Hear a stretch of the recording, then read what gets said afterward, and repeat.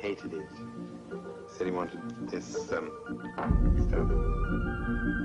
100 years ago, a new theory about human nature was put forward by Sigmund Freud.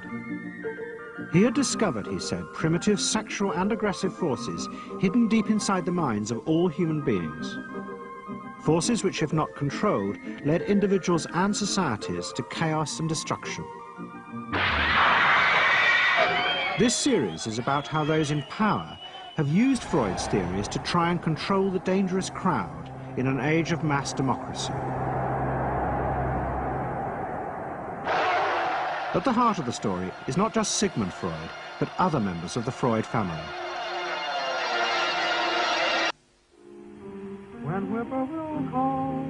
This episode is about Freud's American nephew, Edward Bernays. Bernays is almost completely unknown today, but his influence on the 20th century was nearly as great as his uncle's. Because Bernays was the first person to take Freud's ideas about human beings and use them to manipulate the masses.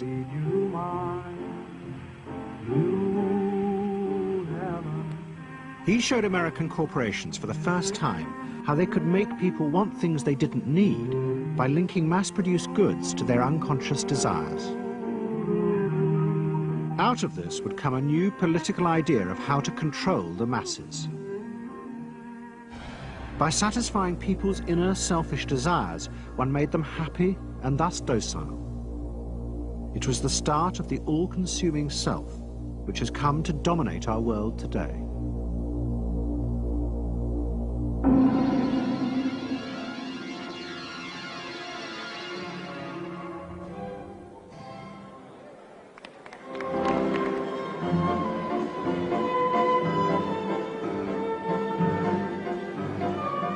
Freud's ideas about how the human mind works have now become an accepted part of society, as have psychoanalysts. Every year, the psychotherapist ball is held in a grand palace in Vienna. This is the psychotherapy ball. Psychotherapists come, some advanced patients come, or former patients come, and many other people, friends, but also people from the Viennese society who like to go to a nice, elegant, comfortable ball. But it was not always so. 100 years ago, Freud's ideas were hated by Viennese society. At that time, Vienna was the center of a vast empire ruling Central Europe. And to the powerful nobility of the Habsburg court, Freud's ideas were not only embarrassing, but the very idea of examining and analyzing one's inner feelings was a threat to their absolute control. You see, at that time, these people had the power. And of course, you just were not allowed to show your bloody feelings. I mean, you just couldn't. You know, I mean, you couldn't, if you were unhappy, can you imagine, for instance, you sit somewhere in the country in a castle, you are deeply unhappy, you are a woman. You couldn't go to your maid and cry on her shoulders, or you couldn't go into the village and complain, you know, about your feelings. I mean, you couldn't, it was like selling yourself to somebody, you just couldn't, you know, because they had to respect you. Now, of course, Freud, you see, put that thought very much into question, because you see, to examine yourself, you would have to put a lot of other things into question, your society, everything what surrounds you. And that wasn't a good thing at that time. Why not? Because your self-created empire, to a certain extent, would have fallen into bits much earlier already. But what frightened the rulers of the empire even more was Freud's idea that hidden inside all human beings were dangerous instinctual drives. Freud had devised a method he called psychoanalysis. By analyzing dreams and free association, he had unearthed, he said, powerful sexual and aggressive forces which were the remnants of our animal past. Feelings we repressed because they were too dangerous. Freud devised a method for exploring a hidden part of the mind, which we nowadays call the unconscious, which is a part that is totally unknown to our consciousness, that there exists a barrier in all our minds which prevents these hidden and unwelcome impulses of the unconscious from emerging. Good night.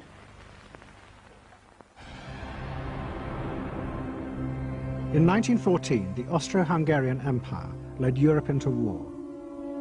As the horror mounted, Freud saw it as terrible evidence of the truth of his findings. The saddest thing, he wrote, is that this is exactly the way we should have expected people to behave, from our knowledge of psychoanalysis. Governments had unleashed the primitive forces in human beings, and no one seemed to know how to stop them.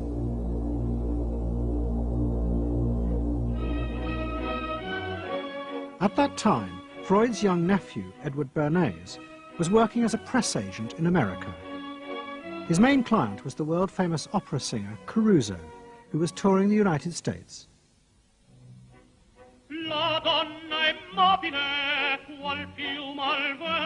Bernays' parents had emigrated to America 20 years before, but he kept in touch with his uncle and joined him for holidays in the Alps. But Bernays was now about to return to Europe for a very different reason. On the night that Caruso opened in Toledo, Ohio, America announced it was entering the war against Germany and Austria. As a part of the war effort, the US government set up a Committee on Public Information, and Bernays was employed to promote America's war aims in the press. The president, Woodrow Wilson, had announced that the United States would fight not to restore the old empires, but to bring democracy to all of Europe. And Bernays proved extremely skillful in promoting this idea, both at home and abroad. And at the end of the war, he was asked to accompany the president to the Paris Peace Conference. Then, to my surprise, they asked me to go over with Woodrow Wilson to the peace conference. And at the age of 26, I was in Paris for the entire time of the peace conference that was held in the suburb of Paris, and we worked to make the world safe for democracy. That was a big slogan. Wilson's reception in Paris astounded Bernays and the other American propagandists. Their propaganda had portrayed Wilson as a liberator of the people, a man who would create a new world in which the individual would be free. They had made him a hero of the masses. And as he watched the crowds surge around Wilson, Bernays began to wonder whether it would be possible to do the same type of mass persuasion, but in peacetime. When I came back to the United States, I decided that if you could use propaganda for war, you could certainly use it for peace. And propaganda got to be a bad word because of the Germans using it. So what I did was to try to find some other words. So we found the word Council on Public Relations. Bernays returned to New York and set up as a public relations counsel in a small office off Broadway. It was the first time the term had ever been used.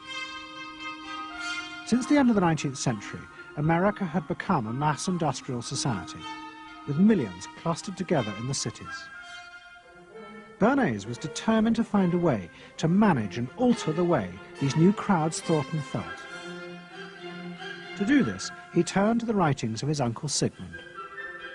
While in Paris, Bernays had sent his uncle a gift of some Havana cigars. In return, Freud had sent him a copy of his general introduction to psychoanalysis. Bernays read it, and the picture of hidden irrational forces inside human beings fascinated him. He wondered whether he might make money by manipulating the unconscious. What Eddie got from Freud was indeed this idea that there is a lot more going on in human decision-making, not only among individuals, but even more importantly among groups, than this idea that information drives behavior. And so Eddie began to formulate this idea that you had to look at things that would play to people's irrational emotions And you see, that moved Eddie immediately into a different category from other people in his field and most government officials and managers of the day who thought if you just hit people with all this factual information, they would look at that and say, oh, of course. And Eddie knew that was not the way the world worked. Bernays set out to experiment with the minds of the popular classes. His most dramatic experiment was to persuade women to smoke. At that time, there was a taboo against women smoking, and one of his early clients, George Hill, the president of the American Tobacco Corporation, asked Bernays to find a way of breaking it. He said, we're losing half of our market because men have invoked a taboo against women smoking in public. Can you do anything about that? I said, let me think about it. And then I said, have I your permission to see a psychoanalyst to find out what cigarettes mean to women? He said, what'll it cost? So I called up Dr. Brill, A.A. Brill, who was a leading psychoanalyst in New York at that time. How come you didn't call your uncle? Why didn't you call your uncle? Because he was in Vienna. A.A. Brill was one of the first psychoanalysts in America, and for a large fee he told Bernays that cigarettes were a symbol of the penis and of male sexual power. He told Bernays that if he could find a way to connect cigarettes with the idea of challenging male power, then women would smoke, because then they would have their own penises. Every year, New York held an Easter Day parade to which thousands came, and Bernays decided to stage an event there. He persuaded a group of rich debutantes to hide cigarettes under their clothes. Then they should join the parade, and at a given signal from him, they were to light up the cigarettes dramatically. Bernays then informed the press that he had heard that a group of suffragettes were preparing to protest by lighting up what they called torches of freedom. He knew this would be an outcry, and he knew that all of the photographers would be there to capture this moment. And so he was ready with a phrase which was torches of freedom. And so here you have a symbol, women, young women, debutantes, smoking a cigarette in public with a phrase that means anybody who believes in this kind of equality pretty much has to support them in the ensuing debate about this, because torches of freedom. I mean, what's on all American coins? It's liberty. She's holding up the torch, you see? And so all of this is there together. There's emotion, there's memory, there's a rational phrase, even though it's using a lot of emotional elements, it's a phrase that works in a rational sense. All of this is together. And so the next day, this was not just in all of the New York papers, it was across the United States and around the world. And from that point forward, the sale of cigarettes to women began to rise. He had made them socially acceptable with a single symbolic act. What Bernays had created was the idea that if a woman smoked, it made her more powerful and independent, an idea that still persists today. Embrace me, my sweet embrace. It made him realize that it was possible to persuade people to behave irrationally if you link products to their emotional desires and feelings. The idea that smoking actually made women freer was completely irrational, but it made them feel more independent. It meant that irrelevant objects could become powerful emotional symbols of how you wanted to be seen by others. Eddie Bernays saw the way to sell product was not to sell it to your intellect, that you ought to buy an automobile, but that you will feel better about it if you have this automobile. I think he originated that idea, that they weren't just purchasing something, but they were engaging themselves emotionally or personally in the product or service. That it's not, you think you need a new piece of clothing, but you'll feel better with the piece of clothing. That was his contribution in a very real sense. We see it all over the place today, but I think he originated the idea of the emotional connect to a product or service. What Bernays was doing fascinated America's corporations. They had come out of the war rich and powerful, but they had a growing worry. The system of mass production had flourished during the war, and now millions of goods were pouring off production lines. What they were frightened of was the danger of overproduction, that there would come a point when people had enough goods and would simply stop buying. Up until that point, the majority of products were still sold to the masses on the basis of need. While the rich had long been used to luxury goods, for the millions of working-class Americans, most products were still advertised as necessities. Goods like shoes, stockings, even cars were promoted in functional terms for their durability. The aim of the advertisements was simply to show people the product's practical virtues, nothing more.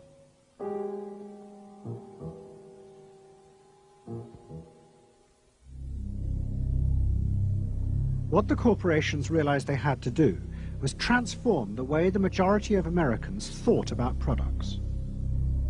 One leading Wall Street banker, Paul Mazur of Lehman Brothers, was clear about what was necessary. We must shift America, he wrote, from a needs to a desires culture. People must be trained to desire, to want new things even before the old have been entirely consumed. We must shape a new mentality in America. Man's desires must overshadow his needs.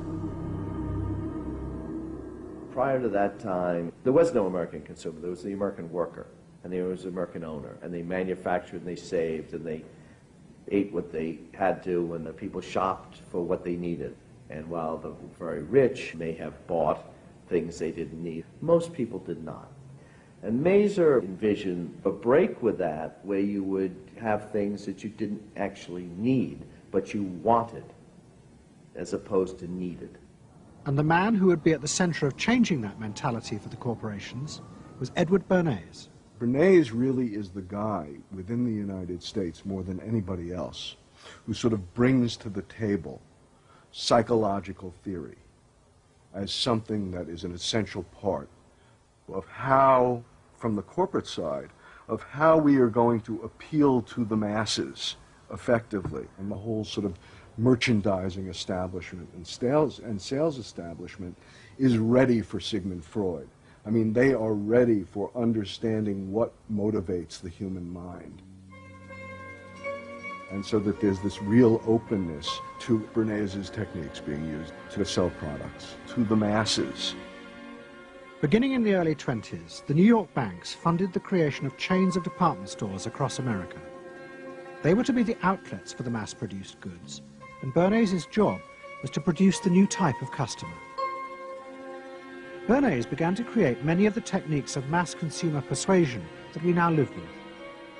He was employed by William Randolph Hearst to promote his new women's magazines, and Bernays glamorized them by placing articles and advertisements that linked products made by others of his clients to famous film stars like Clara Bow, who was also his client. Bernays also began the practice of product placement in the movies, and he dressed the stars at the film's premieres with clothes and jewellery from other firms he represented. He was, he claimed, the first person to tell car companies they could sell cars as symbols of male sexuality. He employed psychologists to issue reports that said products were good for you and then pretended they were independent studies. He organised fashion shows in department stores and paid celebrities to repeat the new and essential message: you bought things not just for need, but to express your inner sense of yourself to others. There's a psychology of dress. Have you ever thought about it? How it can express your character? You all have interesting characters, but some of them are all hidden. I wonder why you all want to dress always the same, with the same hats and the same coats.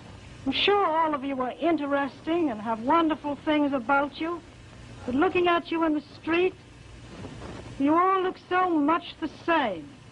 And that's why I'm talking to you about the psychology of dress. Try and express yourselves better in your dress. Bring out certain things that you think are hidden. I wonder if you've thought of this angle of your personality. I'd like to ask you some questions. Why do you like short skirts? Oh, because there's more to see. More to see, eh? What good does that do you? That's my answer. It makes you more attractive. Does? In 1927, an American journalist wrote, "A change has come over our democracy. It is called consumptionism. The American citizen's first importance to his country is now no longer that of citizen, but that of consumer." The growing wave of consumerism helped in turn to create a stock market boom. And yet again, Edward Bernays became involved, promoting the novel idea that ordinary people should buy shares, borrowing money from banks he also represented. And yet again, millions followed his advice. He was uniquely knowledgeable about how people in large numbers are going to react to products and ideas and so on. But in political terms, if he were to go out, so I can't imagine that he could get 3 people to stand and listen. Wasn't particularly articulate, was a kind of funny looking, and didn't have any sense of reaching out for people one-on-one. None at all. He didn't think about people in groups of one, thought about people in groups of thousands. So I would have nothing to do with it. Hello? Bernays soon became famous as the man who understood the mind of the crowd. And in 1924, the president contacted him. President Coolidge was a quiet, taciturn man and had become a national joke. The press portrayed him as a dull, humorless figure. Bernays' solution was to do exactly the same as he had done with products. He persuaded 34 famous film stars to visit the White House. And for the first time, politics became involved with public relations. And I lined up these 34 people, and I'd say, "What's your name?" He'd say, "Al Jolson." I'd say, "Mr. President, Al Jolson." Next day, every newspaper in the United States had a front page story. President Coolidge entertains actors at White House. And the Times had a headline which said, "President nearly laughed." And everybody was happy. But while Bernays became rich and powerful in America, in Vienna his uncle was facing disaster. Like much of Europe, Vienna was suffering an economic crisis and massive inflation, which wiped out all of Freud's savings. Facing bankruptcy, he wrote to his nephew for help. Bernays responded by arranging for Freud's works to be published for the first time in America, and began to send his uncle precious dollars, which Freud kept secretly in a foreign bank account. He was Freud's agent, if you will, to get his books published. Well, of course, once the books were being published, Eddie couldn't help himself but to promote these books, see that everybody read them, make them controversial, emphasize the fact that, do you know what Freud says about sex and what he says cigarettes are a symbol of and so on and so forth? How do you suppose all those stories got out? Certainly the academics weren't spreading these around the country. Eddie Bernays was. Then, when Freud became accepted, well then, of course, to go to a client and say, "Well, Uncle Siggy," see, then that had some cachet. But notice there, first Eddie created Uncle Siggy in the U.S., made him acceptable, secondly, and thirdly, then capitalized on Uncle Siggy. Typical Bernays performance. Bernays also suggested that Freud promote himself in the United States. He proposed his uncle write an article for Cosmopolitan, a magazine that Bernays represented, entitled "A Woman's Mental Place in the Home." Freud was furious. Such an idea, he said, was unthinkable. It was vulgar, and anyway, he hated America. Freud was now becoming increasingly pessimistic about human beings. In the mid-20s, he retreated in the summers to the Alps. sometimes staying in an old hotel, the Pension Moritz in Berchtesgaden. It is now a ruin. Freud began to write about group behavior, about how easily the unconscious aggressive forces in human beings could be triggered when they were in crowds. Freud believed he had underestimated the aggressive instincts in human beings. They were far more dangerous than he had originally thought. After World War I, Freud was basically a pessimist. He felt that man is an impossible creature, a very, very sadistic and bad species, and did not believe that man can be improved. Man is a ferocious animal, the most ferocious animal that exists. They enjoy torturing and killing, and he didn't like man. The publication of Freud's works in America had an extraordinary effect on journalists and intellectuals in the 1920s. What fascinated and frightened them was the picture Freud painted of submerged, dangerous forces lurking just under the surface of modern society. Forces that could erupt easily to produce the frenzied mob which had the power to destroy even governments. It was this they believed had happened in Russia. To many, this meant that one of the guiding principles of mass democracy was wrong. The belief that human beings could be trusted to make decisions on a rational basis. The leading political writer, Walter Lippmann, argued that if human beings were in reality driven by unconscious, irrational forces, then it was necessary to rethink democracy. What was needed was a new elite who could manage what he called the bewildered herd. This would be done through psychological techniques that would control the unconscious feelings of the masses. So here you have Walter Lippmann, probably the most influential political thinker in the United States, who is essentially saying that the basic mechanism of the mass mind is unreason, is irrationality, is animality. He believes that the mob in the street, which is how he sees ordinary people, are people who are driven not by their minds but by their spinal cords. The notion of kind of animal drives, unconscious instinctual drives lurking beneath the surface of civilization. And so they started looking towards psychological science as a way of understanding the mechanisms by which the popular mind works, specifically with the goal of figuring out how to understand how to apply those mechanisms to strategies for social control. Edward Bernays was fascinated by Lippmann's arguments and also saw a way to promote himself by using them. In the 1920s, he began to write a series of books which argued that he had developed the very techniques Lippmann was calling for. By stimulating people's inner desires and then sating them with consumer products, he was creating a new way to manage the irrational force of the masses. He called it the engineering of consent.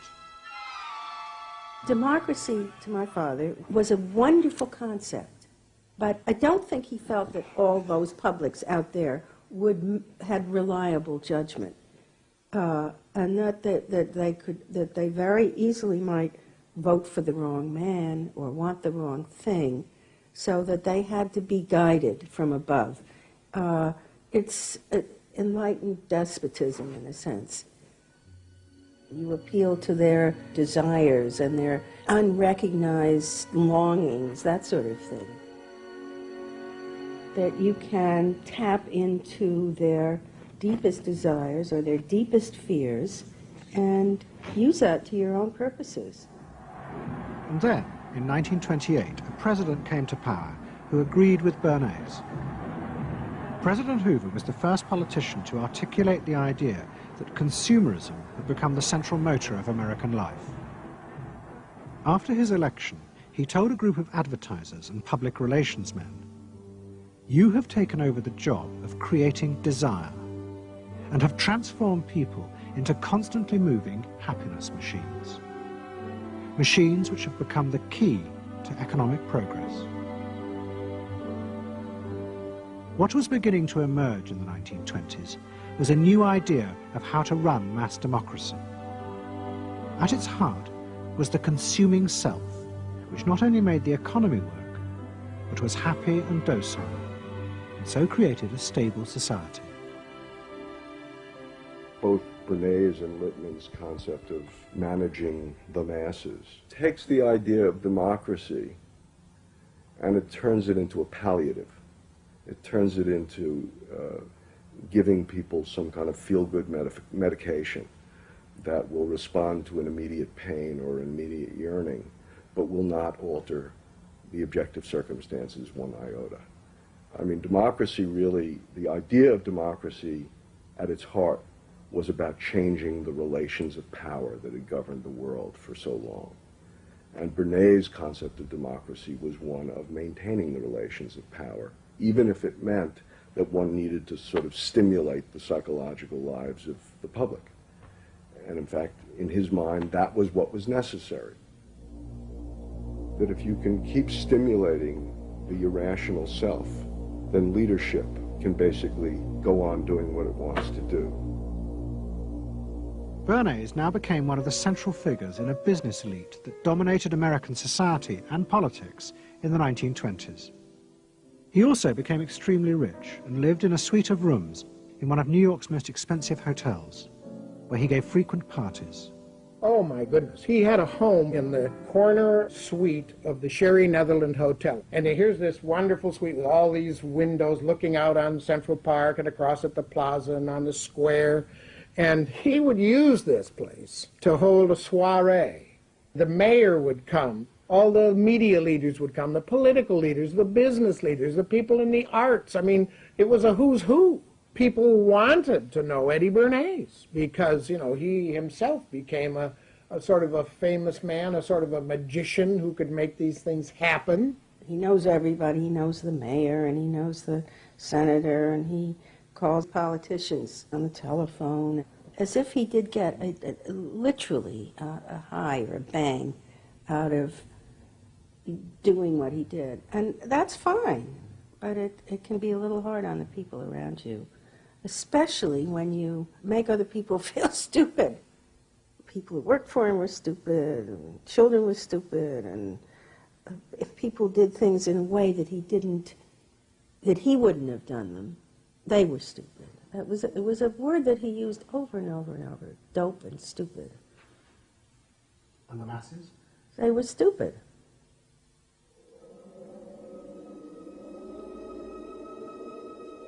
But Bernays' power was about to be destroyed dramatically, and by a type of human irrationality he could do nothing to control. At the end of October 1929, Bernays organised a huge national event to celebrate the 50th anniversary of the invention of the light bulb. President Hoover, the leaders of major corporations, and bankers like John D. Rockefeller were all summoned by Bernays to celebrate the power of American business. But even as they gathered, news came through that shares on the New York Stock Exchange were beginning to fall catastrophically.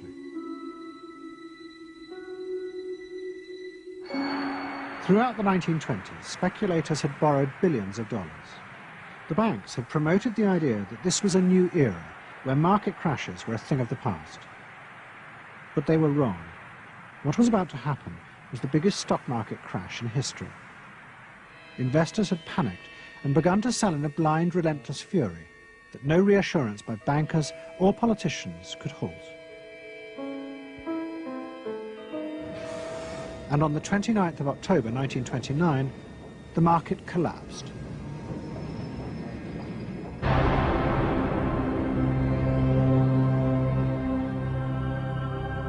The effect of the crash on the American economy was disastrous. Faced with recession and unemployment, millions of American workers stopped buying goods they didn't need. The consumer boom that Bernays had done so much to engineer disappeared, and he and the profession of public relations fell from favour. Bernays' brief moment of power seemed to be over.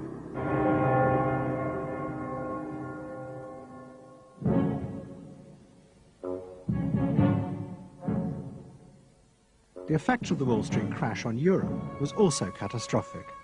It intensified the growing economic and political crisis in the new democracies. In both Germany and Austria, there were violent street battles between the armed wings of different political parties. Against this backdrop, Freud, who was suffering from cancer of the jaw, retreated yet again to the Alps. He wrote a book called Civilization and Its Discontents. It was a powerful attack on the idea that civilization was an expression of human progress. Instead, Freud argued, civilization had actually been constructed to control the dangerous animal forces inside human beings. What was implicit in Freud's argument was that the ideal of individual freedom, which was at the heart of democracy, was impossible. Human beings could never be allowed to truly express themselves because it was too dangerous. They must always be controlled and would thus always be discontent.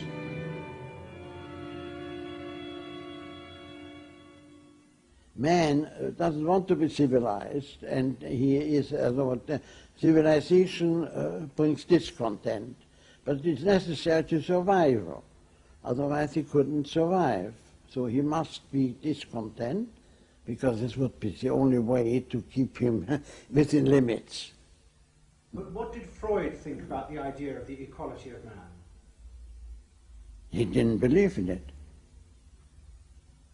We had 32 parties, and Hitler said, before those parties don't vanish, there is no Germany. That's true. You can't have 32 parties.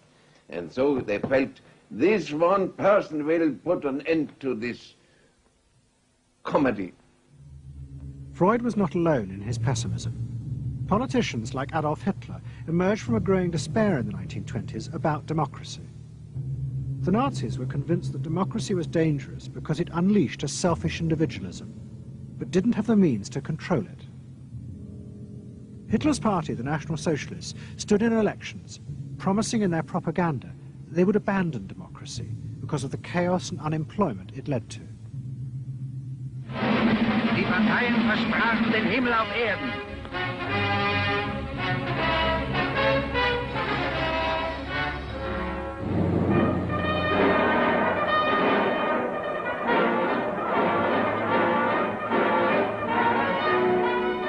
In March 1933, the National Socialists were elected to power in Germany, and they set out to create a society that would control human beings in a different way. One of their first acts was to take control of business. The planning of production would in future be done by the state. The free market was too unstable, as the crash in America had proved. Workers' leisure time was also planned by the state through a new organization called Strength Through Joy. One of its mottos was service, not self.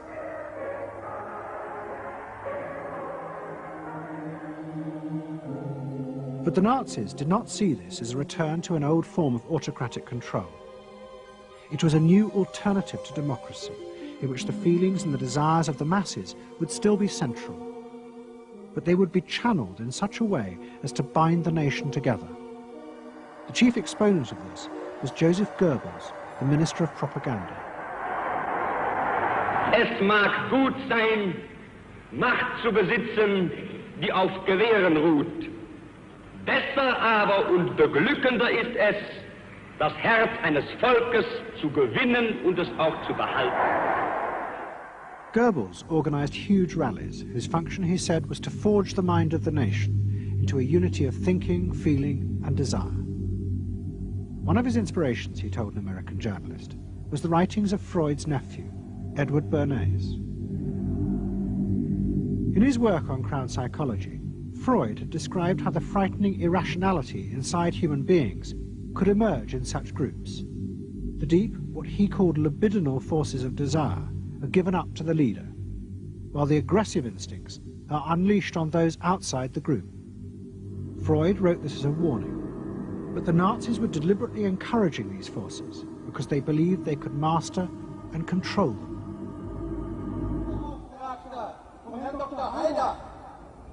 Well, Freud was saying that masses are bound by libidinal forces. They love each other and delegate their ideas and their feelings to the chap on top. What are libidinal forces? What are libidinal forces? Well, forces of love. Not hate. No, hate is delegated to the others outside.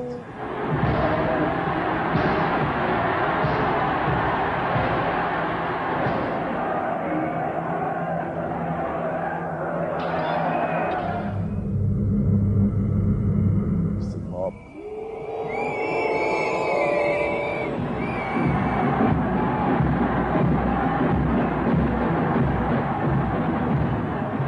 I could see from afar, looking up Wilhelmstraße towards unter den Linden, how those 100,000 of people, when they passed Hitler, they just became completely delirious. They began to shout these cries I will never get out of my ears. Heil, Sieg, Heil. They demented. And here I got confirmation how those irrational forces, uncontrollable forces in Germany, in the Germans, had erupted, had broken out, were running wild, were departing, marching on.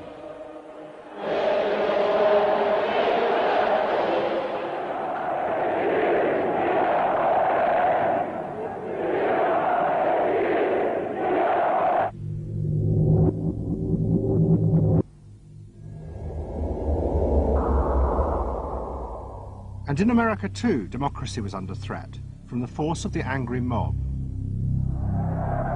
The effect of the stock market crash had been disastrous.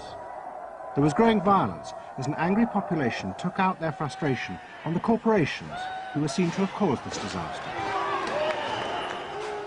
Then, in 1932, a new president was elected who was also going to use the power of the state to control the free market. But his aim was not to destroy democracy, but to strengthen it. And to do this, he was going to develop a new way of dealing with the masses. I am prepared, under my constitutional duty, to recommend the measures that a stricken nation in the midst of a stricken world may require. But in the event that the national emergency is still critical, I shall not evade the clear course of duty that will then confront me.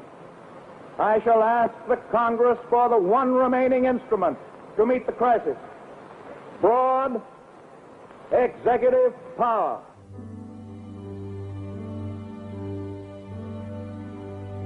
It was the start of what would become known as the New Deal. Roosevelt assembled a group of young technocrats and planners in Washington. He told them that their job was to plan and run giant new industrial projects for the good of the nation.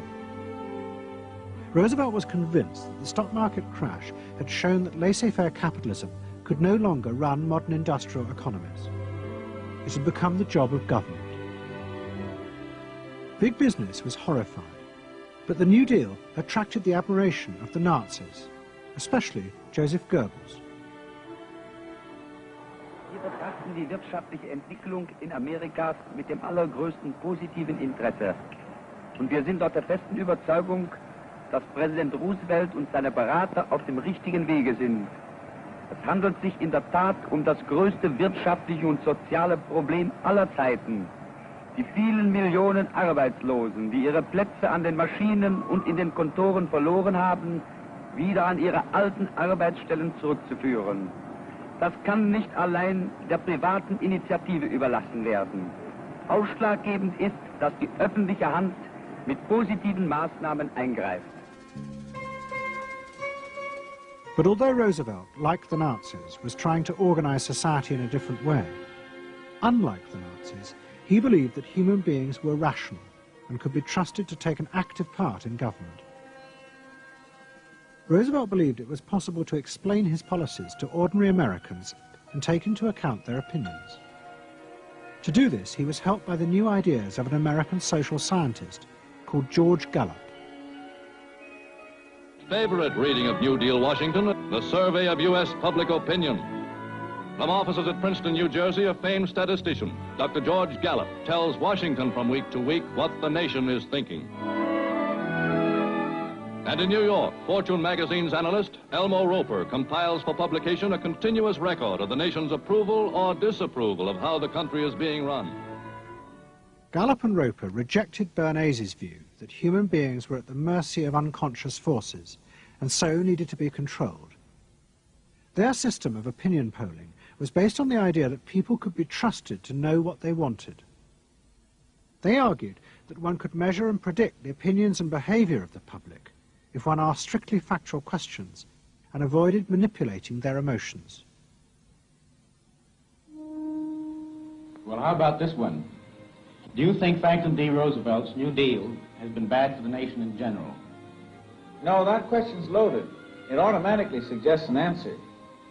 Well, how about this? Is your present feeling toward President Roosevelt one of general approval or general disapproval? That's better.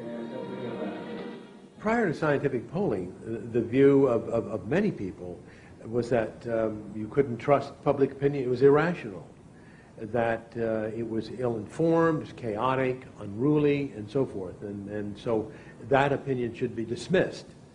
But with scientific polling, I think it established very clearly that people are rational, that they do make good decisions, and this offers democracy a chance to be truly informed by the public, giving everybody a voice in the way the country is run. I know my father wouldn't necessarily say the voice of the public is the voice of God, but he did feel very much that the voice of the people is a rational voice and should be heard. What Roosevelt was doing was forging a new connection between the masses and politicians. No longer were they irrational consumers who were managed by sating their desires. Instead, they were sensible citizens who could take part in the governing of the country. In 1936, Roosevelt stood for re-election. He promised further control over big business. To the corporations, it was the beginning of a dictatorship.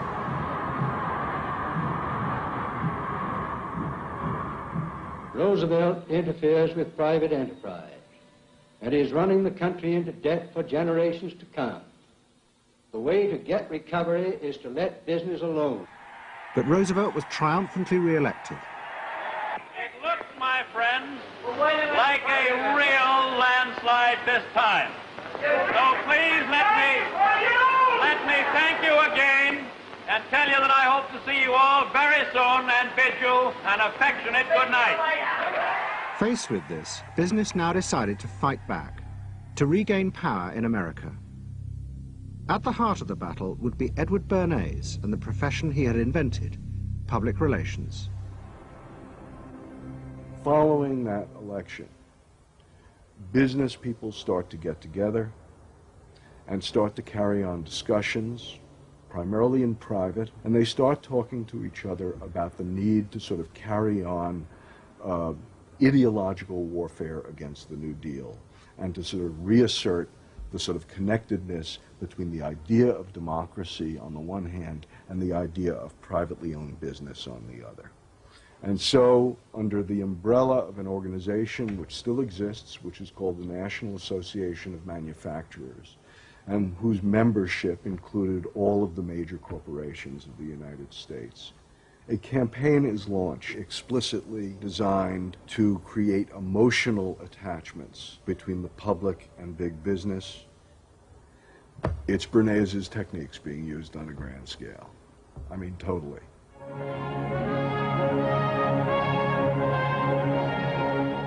General Motors' Parade of Progress, traveling the high roads and by roads of America, bringing to millions of Americans in their own hometown the fascinating story behind modern industry, showing... The campaign set out to show dramatically that it was business, not politicians, who had created modern America. Better mode of living for all of us.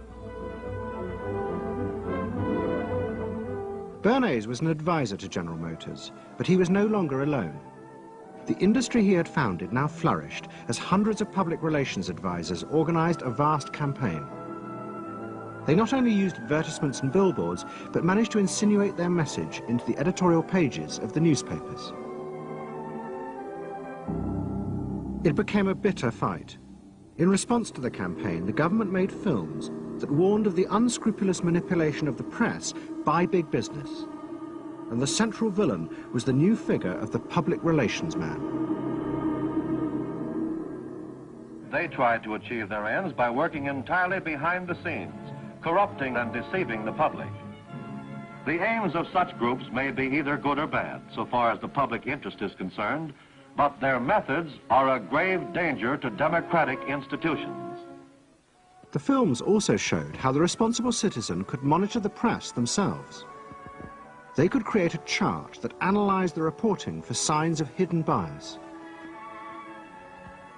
But such earnest instruction was to be no match for the powerful imagination of Edward Bernays. He was about to help create a vision of the utopia that free market capitalism would build in America if it was unleashed.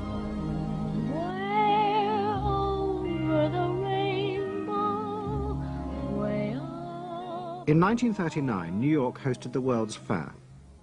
Edward Bernays was a central advisor. He insisted that the theme be the link between democracy and American business.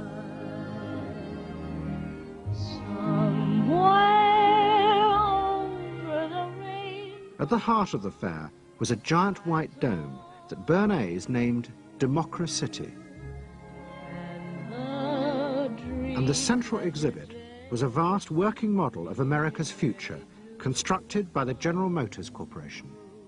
To my father, the World's Fair was an opportunity to keep the status quo, that is, capitalism in a democracy. Democracy and capitalism, that marriage, right, linking, just like that.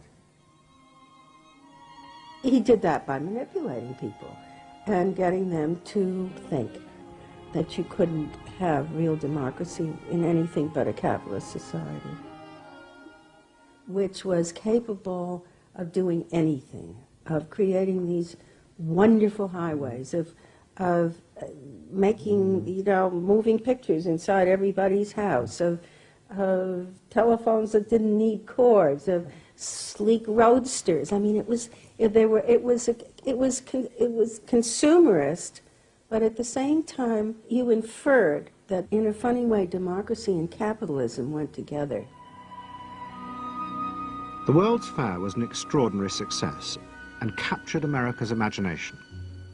The vision it portrayed was of a new form of democracy, in which business responded to people's innermost desires in a way politicians could never do.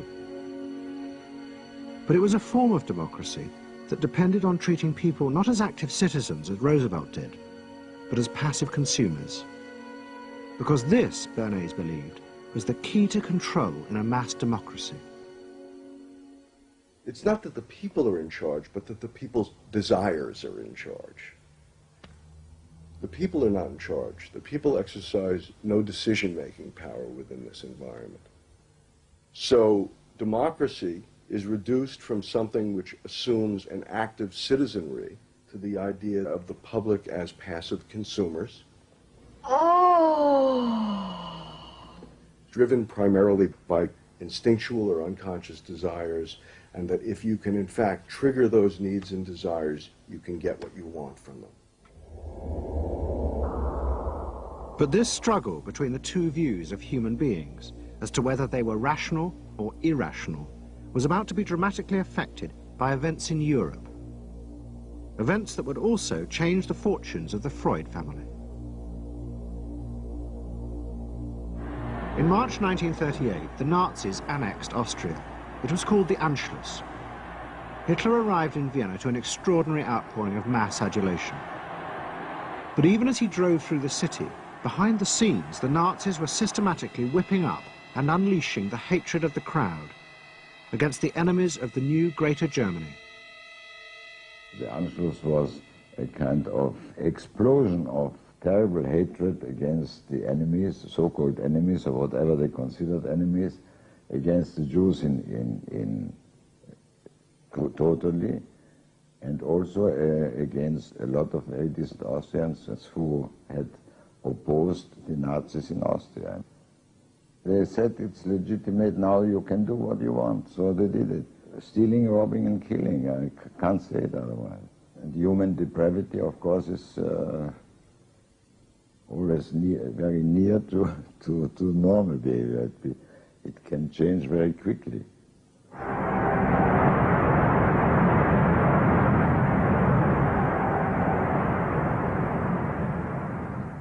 As the violence and assassinations raged in Vienna, Freud decided he had to leave. His aim was to go to Britain, but he knew that Britain, like many countries, was refusing entry to most Jewish refugees. But help came from the leading psychoanalyst in Britain, Ernest Jones. He was in the same ice skating club as the Home Secretary, Sir Samuel Hoare, and Jones persuaded Hoare to issue Freud a British work permit. And in May 1938, Freud, his daughter Anna, and other members of his family set off for London.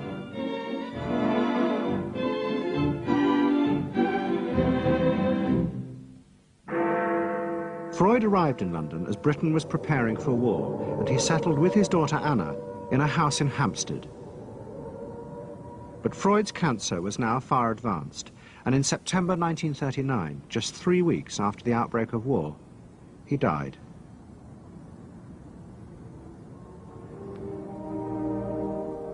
The Second World War would utterly transform the way governments saw democracy and the people they governed.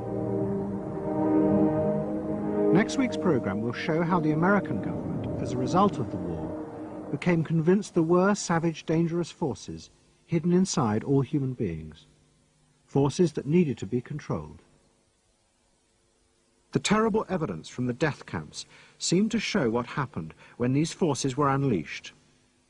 And politicians and planners in post-war America would come to believe that hidden under the surface of their own population were the same dangerous forces.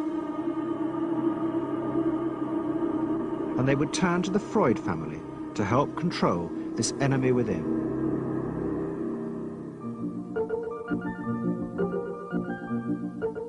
And ever adaptable, Edward Bernays would work not just for the American government, but the CIA. And Sigmund Freud's daughter, Anna, would also become powerful in the United States, because she believed that people could be taught to control the irrational forces within them. Out of this would come vast government programs to manage the inner psychological life of the masses.